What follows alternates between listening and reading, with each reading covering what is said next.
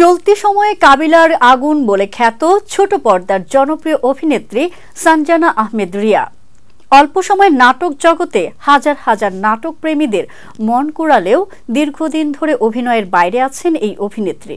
তবে দীর্ঘদিন অভিনয় না থাকলেও সোশ্যাল মিডিয়ায় নিয়মিত উষ্ণতা ছড়ানো ভিডিও, ছবি কিংবা রিলস দিয়ে অ্যাক্টিভ থাকেন এই অভিনেত্রী।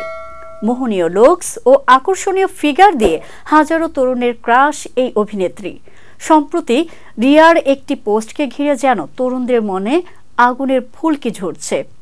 ভাইরাল ওই পোস্টটিতে দেখা যায় ইউরোপের বিভিন্ন দেশ, কখনো প্যারিসের আইফেল টাওয়ার, কখনো সুইজারল্যান্ড কিংবা নেদারল্যান্ডসের বিভিন্ন পর্যটন শহরে ঘুরে বেড়াচ্ছেন মনের মতো।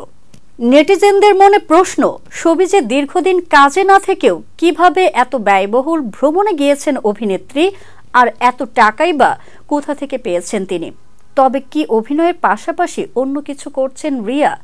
এমন প্রশ্ন ঘুরপাক খাচ্ছে নেটিজেনদের মনে। বাংলালিংকের টিভিসি দিয়ে ক্যারিয়ার শুরু করলেও শখের বশে আরও কিছু টিভিসিতে কাজ করেন রিয়া। মুস্তফা কামাল রাজ পরিচালিত ধারাবাহিক নাটক ফ্যামিলি ক্রাইসিসে অভিনয় করে দর্শক পরিচিতি পান রিয়া।